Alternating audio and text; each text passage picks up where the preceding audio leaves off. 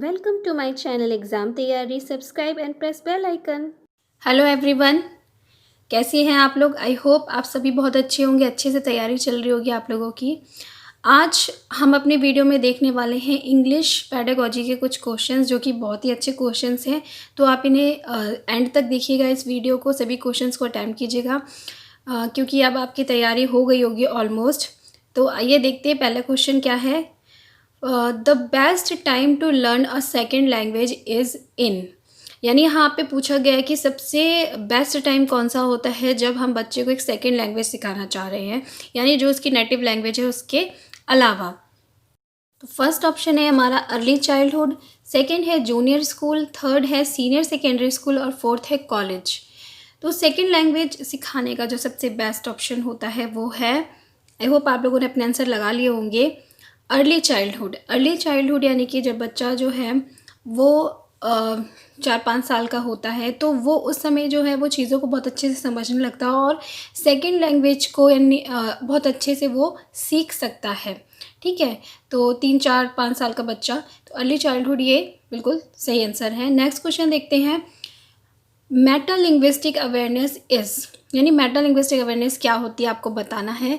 पहला ऑप्शन है the ability to think and talk about language, second है the ability to connect the distinct sound in words to letters, third है understanding of the mapping principles between sounds and meaning, fourth है the ability to recognise writing from other visual marks.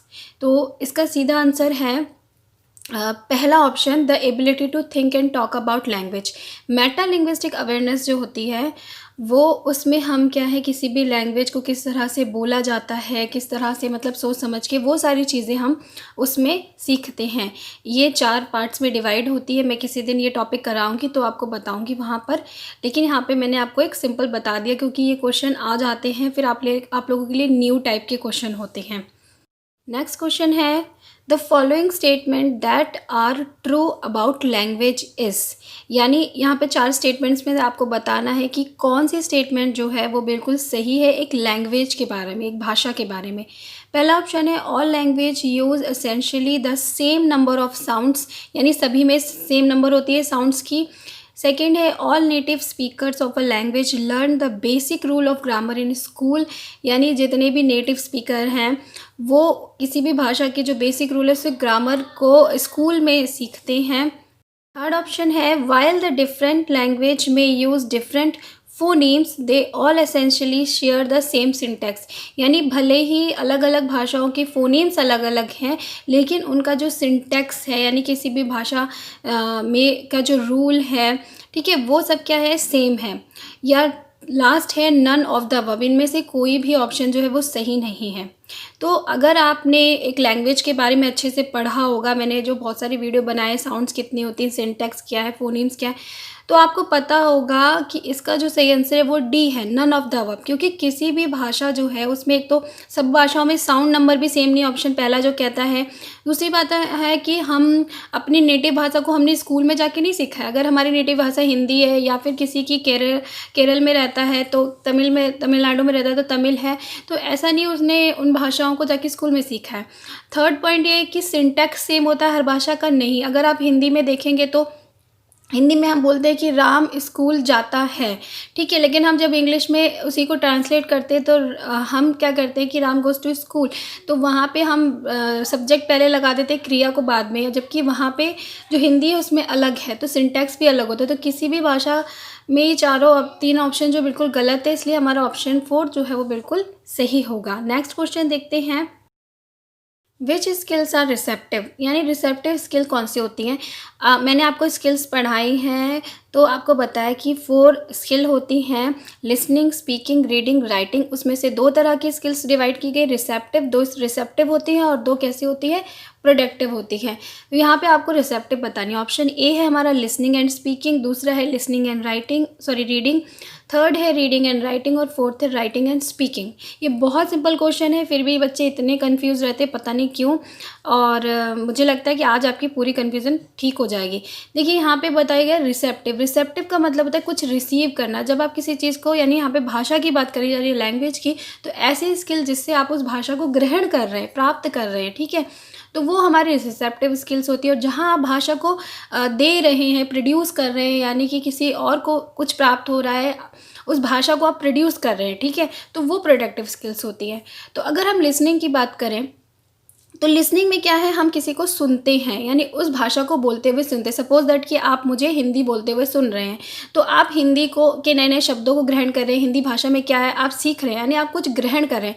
तो listening is receptive skill, ठीक है। अगर speaking की बात करें, जैसे कि मैं बोल रही हूँ यहाँ पे, ठीक है, तो वहाँ पे सिंपल जिसकी बात की जा रही है, जैसे मेरी ही बात की जा रही है, मैं बोल रही हूँ, तो यहाँ पे मैं बोल रही हूँ, मुझे कुछ भी मिल नहीं रहा है, बल्कि मैं क्या है, सामने वाले को उस भाषा का ज्ञान दे रही हूँ, तो वो क्या है, प्रोडक्टिव स्किल है स्पीकिंग। इसी तरह रीडिंग की बात करें तो हम जब रीड करते हैं किसी लैंग्वेज को, तो हमें नए नए वोकेबलरी देखने को मिलती है, नई नई चीज़ें मिलती है, ठीक है, किस तरह से रूल्स अप्लाई किए गए, तो हम उस भाषा को सीखते, हमें बहुत सारा ज्ञान क्या है मिलता है, ठीक है, हम रिसीव करते हैं उस लैंग्वेज के बारे में। तो रीडिंग भी क्या है, एक रिसेप्टिव लैंग्वेज है। और अगर हम राइटिंग की बात करेंगे तो राइटिंग में भी क्या है, हम अपनी लैंग्वेज, किसी भी लैंग्वेज में किसी चीज़ को दे रहे हैं। अगर हमने कोई बुक लिखी है तो वो बुक किसी के लिए नॉलेज उस लैंग्वेज में प्राप्त हो रही है उसको, ठीक है, वहाँ पे भी हम क्या देने का काम कर रहे हैं किसी भाषा को। तो राइटिंग भी क्या है, एक प्रोडक्टिव स्किल है। तो आई होप आपको अच्छे समझ में, अब बिल्कुल कन्फ्यूज़न नहीं होगी कि यहाँ पे तो क्वेश्चन पूछा गया था, रिसेप्टिव स्किल आपको बतानी थी, तो हमारा ऑप्शन बी सही होगा। लिसनिंग एंड रीडिंग दोनों में हम क्या है, कुछ रिसीव करते हैं लैंग्वेज के बारे में।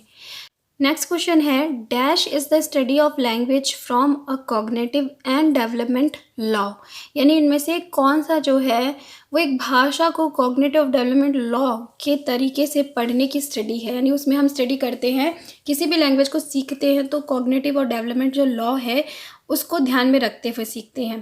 पहला ऑप्शन है साइको लिंग्विस्टिक्स, दूसरा है सोशो लिंग्विस्टिक, तीसरा है कंपैरेटिव लिंग्विस्टिक, या चौथा है लिंग्विस्टिक्स। तो बहुत ही इजी है, लेकिन अगर आपने नहीं सुना तो आपको इसका आंसर नहीं आएगा। तो मैं आपको बता दूं, यहाँ पे जो ऑप्शन ए है वो हमारा सही आंसर है, इसे याद कर लीजिए, मे बी ये क्वेश्चन आ सकता है, बहुत अच्छा क्वेश्चन है ये। नेक्स्ट क्वेश्चन देखते हैं, CALP stands for dash academic language proficiency, यानी यहाँ पे आपको इसका फुल फॉर्म बताना है। ऑलमोस्ट आपको 3 लेटर्स का दिया है, सी का आपको बताना है कि सी का फुल फॉर्म यहाँ पे क्या होगा। मैंने बहुत अच्छे से कराया था इसको। ऑप्शन ए है कम्युनिकेटिव, बी है कंटेंट, सी है कॉग्निटिव और डी है कंट्रोल्ड। तो अगर आपने उस टॉपिक को पढ़ा होगा, नहीं पढ़ा है तो मैं आई बटन में दे दूँगी यहाँ पर लिंक, और डिस्क्रिप्शन में भी दे दूँगी, उसे पढ़ लीजिएगा अच्छे से। वहाँ पे मैंने एक बिक्स का भी फुल फॉर्म बताया था और डिटेल बताई थी। तो यहाँ पे जो हमारा ऑप्शन सी है कॉग्निटिव वो सही होगा। इसका फुल फॉर्म है कॉग्निटिव एकेडमिक लैंग्वेज प्रोफिशिएंसी, ठीक है। नेक्स्ट क्वेश्चन की ओर बढ़ते हैं, the teaching of reading by associating characters और groups of characters with sounds is the dash method, यानी कि आप बच्चों को क्या है, रीडिंग सिखाना चाह रहे हैं, उसकी टीचिंग कर रहे हैं, और आप रीडिंग कैसे सिखा रहे हैं, कैरेक्टर्स हैं या ग्रुप ऑफ कैरेक्टर्स है उनकी साउंड की हेल्प से आप सिखा रहे हैं। जैसे कि अगर कैट है तो उसमें आप बता रहे हो कि सी का वहाँ पे क साउंड है, च साउंड नहीं है, ठीक है, फिर अ साउंड है, फिर ट साउंड है, इस तरह से साउंड की हेल्प से सिखा रहे हो, तो वो मेथड क्या है। ऑप्शन ए है मॉर्फोमिक, बी है डायरेक्ट, सी है फोनिक, या डी है होल लैंग्वेज। सुपर इजी है, सी ऑप्शन इसका फोनिक सही है, क्योंकि यहाँ पे आप क्या कर रहे हो, साउंड को यूज़ कर रहे हो। नेक्स्ट क्वेश्चन है, while teaching hearing impaired student in an inclusive class it is necessary for a teacher to, यानी आपकी क्लास में एक बच्चा है जिसे क्या सुनने में प्रॉब्लम है, एक इंक्लूसिव क्लास है आपकी, तो वहाँ पे आप उसको समझा रहे हो या पढ़ा रहे हो, तो आपके लिए क्या ज़रूरी है, उस बच्चे को पढ़ाने के समय ध्यान रखना क्या ज़रूरी है। पहला ऑप्शन है make sure that they are including science and non verbal signal to strength any communication, यानी कि बहुत ज़रूरी है कि आप अपने पढ़ाने के समय अपने हाथों को मूवमेंट करते रहो। नॉन वर्बल सिग्नल क्या होता है, जिसमें आप बोल नहीं रहे हो लेकिन हाथ से मूवमेंट कर रहे हो, वो करना ज़रूरी है। दूसरा है conduct regular a special class for such students. Third है be in constant touch with the parents for such students, यानी उनके माता पिता से हमेशा आप कांटेक्ट में रहो। और डी है use cue card to signal the teaching content, आप उनको क्यू कार्ड दिखाते रहो ताकि, क्योंकि उनको सुनने की प्रॉब्लम है पर वो देख सकते, ठीक है, तो वो देख के समझ सके चीज़ों को। तो यहाँ पे हमारा जो ऑप्शन फर्स्ट है वो बेस्ट है कि जब आप किसी भी बच्चे को जिसको हेयरिंग प्रॉब्लम है आप सिखा रहे हो तो बहुत ज़रूरी है कि वहाँ पे आप हैंड मूवमेंट्स करते रहो, क्योंकि वो आपको देख सकता है, हैंड मूवमेंट से वो चीज़ों को समझ लेता है। इसलिए ऑप्शन ए जो है वो हमारा सही आंसर होगा। आपको ध्यान रखना है कि उसको प्रॉब्लम क्या है। नेक्स्ट क्वेश्चन है, student learning a language often lack confidence when speaking due to the language unique pronunciation rules, one way to overcome this problem is, यानी कि आपके क्लास में बच्चे हैं जो क्या है हर लैंग्वेज की एक यूनिक प्रोनाउंसिएशन होता है, उच्चारण होते हैं, रूल होते हैं, तो उनकी वजह से क्या है उनके अंदर बोलने की क्षमता, द कॉन्फिडेंस नहीं है, किसी भी भाषा को वो अच्छे से बोल नहीं पा रहे, उन्हें लग रहा है कि हम गलत शब्द को गलत तरह से प्रोनाउंस तो नहीं कर रहे। तो ये प्रॉब्लम से आप कैसे ओवरकम कर सकते हो, ठीक है। ऑप्शन फर्स्ट है children reading aloud in class, second है using game like activity which require, यानी आप गेम लाइक एक्टिविटी कर सकते हो जिसमें आप बच्चों को आप बुलवा रहे हो, ठीक है। थर्ड है strictly verbal instruction in the classroom, strictly verbal instruction दो आप क्लासरूम में कैसे बोलना है, ये करना है। या D conducting special speech therapy with the counsellor, एक काउंसलर को बुलाकर स्पेशल स्पीच थेरेपी दो।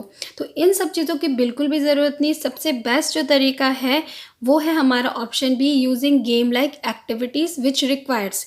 उसमें क्या है बच्चे खेल खेल में सीख जाते हैं, उतना ज़्यादा फोकस नहीं करते बोलने पे अपनी चीज़ों पर, तो क्या है वो उनका जो कॉन्फिडेंस है वो बहुत हाई रहता है। जैसे आप बच्चों में भी देखेंगे बच्चे क्या है खेल खेल में सीख जाते हैं, लेकिन हम बड़े जब किसी लैंग्वेज को सीखते तो हम बहुत ज़्यादा उस पर रूल्स रेगुलेशन पे ध्यान देते हैं, उस चक्कर में हमारे अंदर वो कॉन्फिडेंस ही डेवलप नहीं हो पाता है। इसलिए बी ऑप्शन जो है वो हमारा बेस्ट आंसर है। Next question is, the following definition best describe language acquisition, यानी इनमें से कौन सी लैंग्वेज एक्विजिशन के लिए बेस्ट डेफिनेशन है। पहला ऑप्शन है the process by which a society vernacular varies, दूसरा है the process by which linguistics is applied to sociology, third है the process by which the linguistic ability develops in a human, और D है the process by which the origin of language is develop. तो language acquisition क्या होता है कि किसी भी लैंग्वेज को एक्वायर करना, अधिग्रहण करना अपने आप से, कोई आपको सिखा नहीं रहा फोर्सफुली, राइट। तो यहाँ पे ए और बी ऑप्शन हमारा नहीं है, सी और डी में आप कंफ्यूज होंगे, क्योंकि एक में बात की गई है कि वो प्रोसेस जहाँ पर हम लैंग्वेज एबिलिटी को डेवलप करते हैं, और दूसरे में बात की गई डी में कि जहाँ पे किसी भी लैंग्वेज का जो ओरिजिन है वो डेवलप होता है। तो सी हमारा सही आंसर है, क्योंकि हमने किसी लैंग्वेज को अगर बोला है सीख कर तो हमने उसका ओरिजिन नहीं किया, बल्कि हमारे अंदर एक एबिलिटी डेवलप हुई है कि हम किसी भाषा को क्या है बोल पा रहे हैं। तो भाषा को बोलने की क्षमता डेवलप होना क्या है, एक्विजिशन, लैंग्वेज एक्विजिशन है, हमने उसे ग्रहण किया और हम उसको बोलने लगे, ठीक है। किसी फोर्सफुली नहीं, किसी ने हमें ज़बरदस्ती सिखाया नहीं, बल्कि हमने इसको क्या है खुद से ग्रहण किया है, ठीक है। तो हमारा सी ऑप्शन बिल्कुल सही होगा। यहीं पे हमारे ये सारे क्वेश्चन ख़त्म होते हैं। आई होप आप लोगों को क्वेश्चन अच्छे लगे होंगे, नए तरह के क्वेश्चन देखने को मिले होंगे और आइडिया भी लगा होगा कि किस तरह से आपको उनको सॉल्व करना है। All the very best for your exam. कुछ ही दिन बचे हैं तो अच्छे से तैयारी कीजिए, और मैं कोशिश करूँगी वीडियो लाने की। आई नो दैट कि मैं वीडियो नहीं ला पा रही हूँ, बहुत ज़्यादा बिजी हूँ इसलिए, पर मैं फिर भी कोशिश करूँगी। पर मेरी तरफ से जितने भी वीडियो डले हैं आप उनको देखिए, रिवाइज़ कीजिए, अच्छे से तैयारी कीजिए। तो मिलती हूँ आपसे नेक्स्ट वीडियो में। Till then bye bye and take care.